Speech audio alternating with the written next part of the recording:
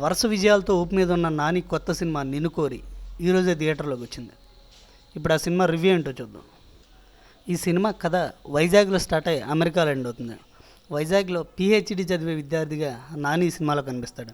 అయితే అక్కడే తనకి నివేదిత థామస్ పరిచయం అవుతుంది. వీళ్ళిద్దరి మధ్య వచ్చే లవ్ సన్నివేశాలు మనల్ని ఆకట్టుకుంటాయి. ఇకపోతే ద్వితీయార్థంలోకి వెళ్తే ఈ సినిమా ఎంతో ఎమోషనల్గా నడుస్తుంది.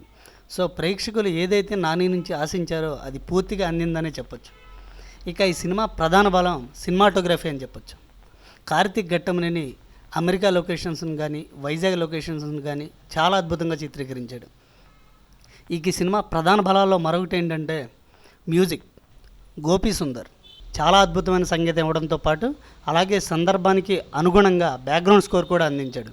ఈ సినిమా బాగా కనెక్ట్ అయిందంటే దానికి సగం కారణం గోపీ సుందరే అవుతాడు. అయితే ఈ సినిమా కథ అంత కొత్తదేం కాకపోయినా దర్శకుడు దీన్ని మలచిన తీరు మాత్రం మనల్ని ఆకట్టుకుంటుందని చెప్పొచ్చు. ఇక ఈ సినిమా ప్రధాన పాత్రధారుల్లో నాని చాలా అద్భుతంగా నటించాడని చెప్పొచ్చు.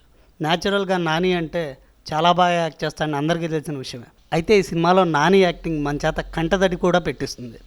అయితే ఈ సినిమాలో అందరికంటే ఎక్కువ మార్క్స్ నివేదిత థామస్కే పడతాయి. తను అద్భుతమైన ఎక్స్ప్రెషన్స్తో మనల్ని కట్టిపడేస్తుంది.